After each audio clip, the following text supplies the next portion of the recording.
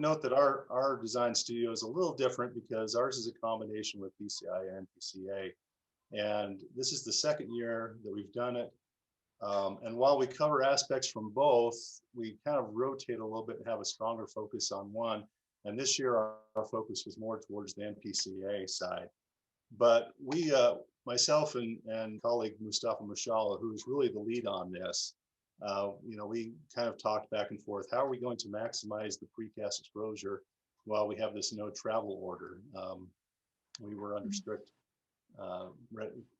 requirements that we couldn't take the students anywhere other than here on campus, and so we tried to see, well, what resources do we have that we can introduce them to and help them understand precast from a structural perspective. So we're not architects, we look at the structural side.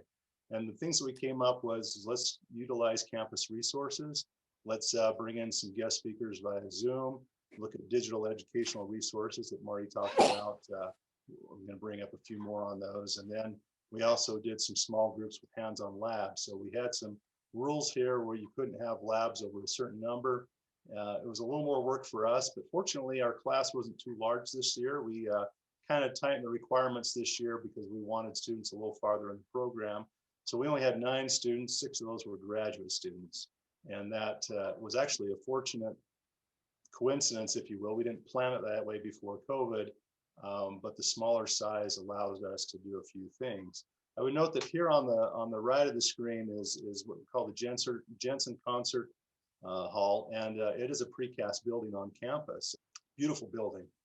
And we realize that we have a great resource. While we can't see the integral part of the precast and how it fits together, we can nonetheless talk about and show the final product, which for engineering students, that's the part that we don't do so well with, is visualizing a nice, beautiful product. We just kind of want to get the bones in place to hold the structure up. And this helps them understand that you can build some really beautiful things with precast. So we had that available, and we also have another facility that we call the Disaster Response Complex, the DRC, relatively new to our program.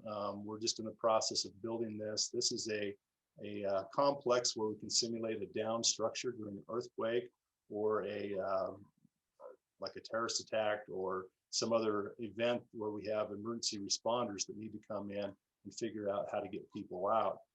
We've had some great donations from Oldcastle Infrastructure and Teton Pre-Stress, who have given us pretty much as much as we want on the precast, a lot of seconds, still very viable pieces.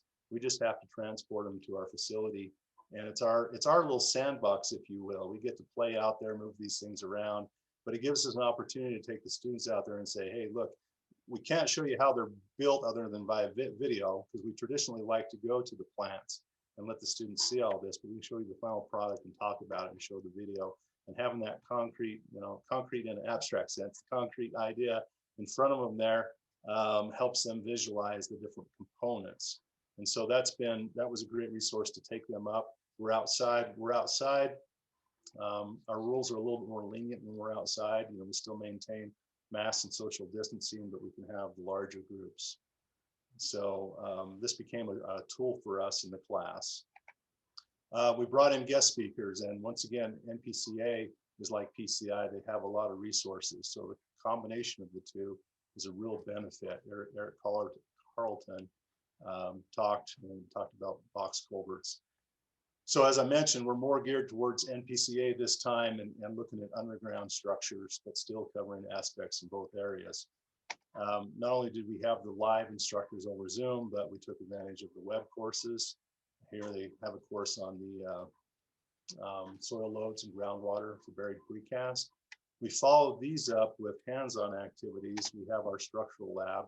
This is also a new addition to our program, excuse me, where we could actually put in a large concrete precast pipe and apply a load to it like it's being tested for its strength, and show the students how much it would hold and how it's going to fail. And this is one of the favorite labs. When you get to break things, students think that's pretty cool. So that was a lot of fun. We also digitally recorded all labs, and we found that this is key. We didn't want to mandate that students had to be at the labs in the event that they may have been sick or they didn't feel comfortable.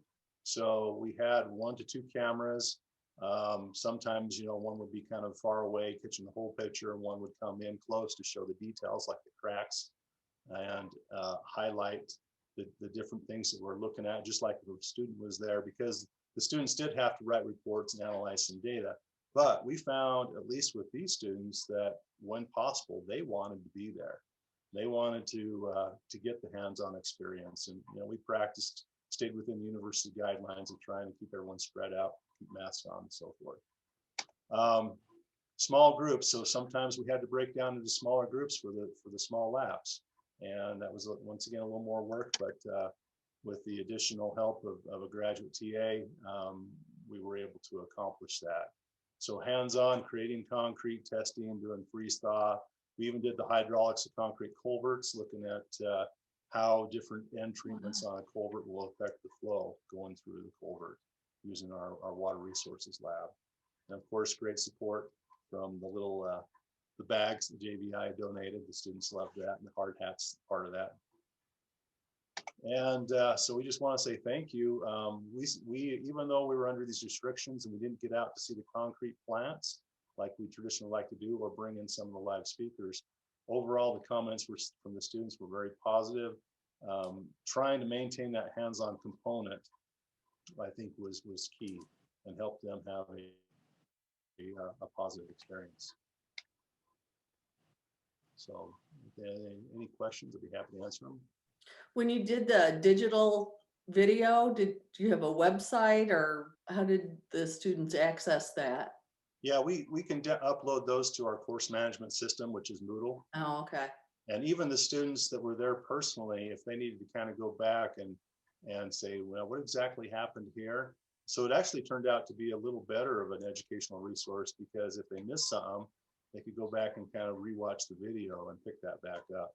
Mm-hmm. So was your school doing in-person classes as well, or hybrid, or? Yeah, so we're in the hybrid mode where as long as we have sufficient room in the classroom, students are welcome to be there in person. They are spread out. They've cut the capacity of the classrooms down by a half, but they're not mandated to be there. They can join via Zoom, or WebRTC is another program we use. So they, if they are sick, if they have to quarantine, or if they're just not comfortable, they can do that. But we found that most of the students wanted to be there, and so we tried to make accommodations, which was easier with the smaller class. Yeah. Bigger classes, sometimes we have to rotate the students through and mandate, okay, if you want to come, you can come on Monday, and this group can come on Wednesday, and so forth. I can ask a quick question. So I noticed in one of your photographs, you seem to have like core sample tests and things like that were there. Did you teach the students, or did the students oversee any of the ways of testing concrete? Yeah, so a lot of those are just concrete cylinders. So they do different concrete mixes, and then they make the cylinders, and we cure them, and then they actually go into the lab and they test them and run all the analysis on the modulus elasticity, Poisson's ratio, and then break them and just look at the different principles, and when students get to break things, then it seems to enjoy it a lot more.